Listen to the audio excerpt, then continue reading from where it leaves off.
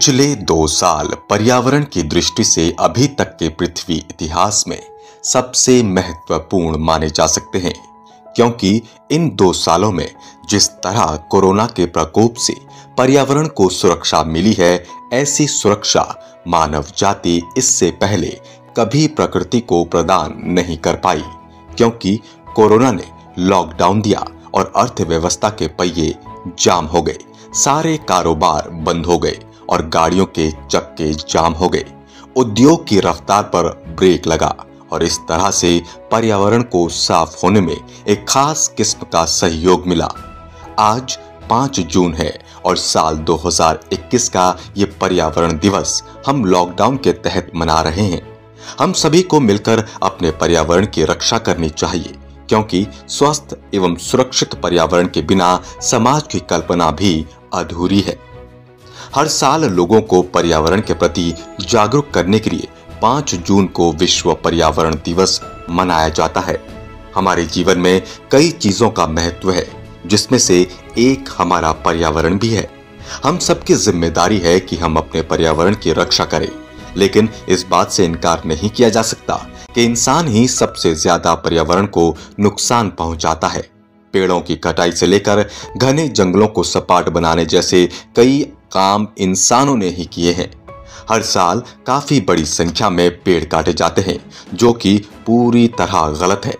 ऐसे में विश्व पर्यावरण दिवस हमें इन सब चीजों के दुष्प्रभाव के बारे में बताने और पर्यावरण के प्रति जागरूक करने का काम करता है।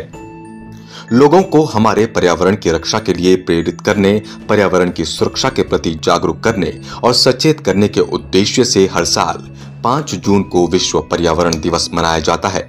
हर साल इस दिन को मनाने के लिए एक थीम रखी जाती है, जिसके आधार पर ही इस दिन को मनाया जाता है।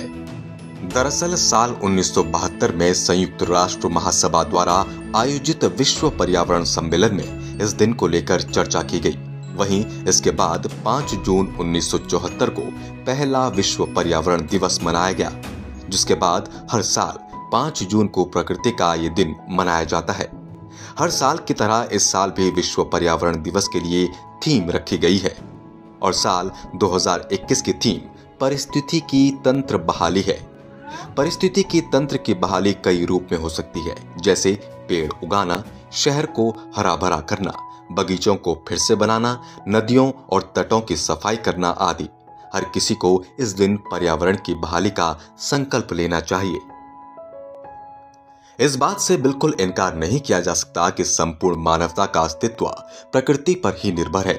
इसलिए हमें समय रहते एक स्वस्थ एवं सुरक्षित पर्यावरण की कल्पना करनी चाहिए। प्रकृति को बचाने के लिए सिर्फ एक अकेला व्यक्ति काफी नहीं है। ऐसे में हम सबको मिलकर कुछ संकल्प लेने होंगे, जिनसे हम अपने पर्यावरण को फिर से हरा भरा कर सकें।